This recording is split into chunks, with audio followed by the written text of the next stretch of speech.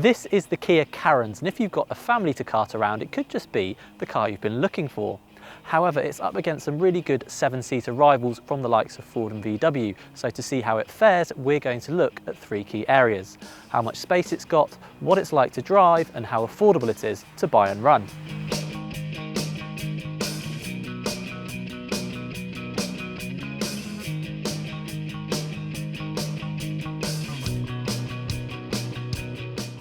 Being a family car, space is of the utmost importance. So let's start here in the boot. And as you can see, with those 2 rear seats folded, there is loads of room for our baby buggy. There you go, that's in. There's room for shopping and change bags and everything else you need. But what happens when we put the 2 rear seats up? Well, first we need to remove this parcel shelf, which does go in a little storage compartment down here, but it's a bit of a faff. I think I'll spare us from watching that. Instead, chuck it on the floor. And all you do to get these seats up is pull these 2 straps. It really couldn't be any easier. However, it does mean that our baby buggy is going to have to stay on the floor with the parcel shelf.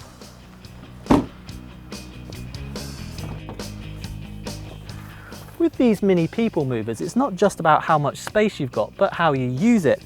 So in the Carens, all of these seats slide and fold individually, and there's also Isofix mounting points on these outer 2.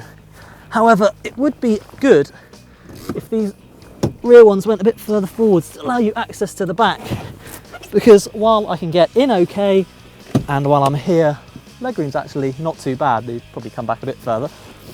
Getting out is another matter. You'll excuse me. Up front you get lots of space and useful cubby holes, and this sat-nav that you get on top of the range versions is very good.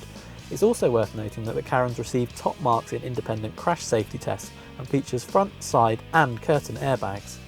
With lots of room for passengers and their luggage, the Carens scores a big 9 out of 10 for space. One of the first things you notice when you drive the Carens is that for a 7-seater it doesn't actually feel that big. However, I do wish these pedals weren't set quite so high. As it is, I find it very difficult to get a good driving position. With its light but vague steering, occasionally jarring ride and notchy gear change, this Carens isn't designed to excite. So if driving thrills are your priority, we'd say spend a bit more and go for a Ford S-Max instead. Our preference is to take the higher powered of the 2 diesel engines, which is gutsy enough to make overtaking quite simple.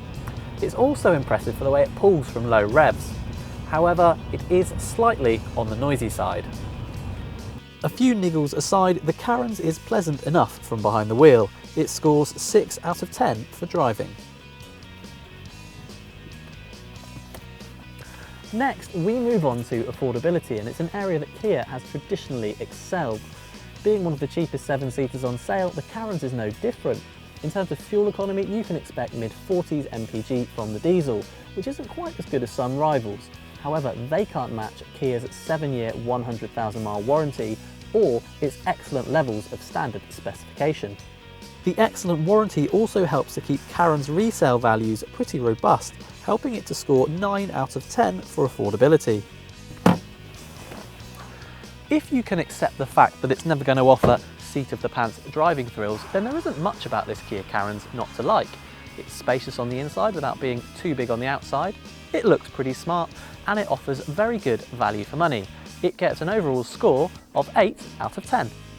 Click up here to subscribe to the Telegraph Cars YouTube channel, and for detailed reviews of more 7-seaters, click down here to go to the Telegraph Cars website.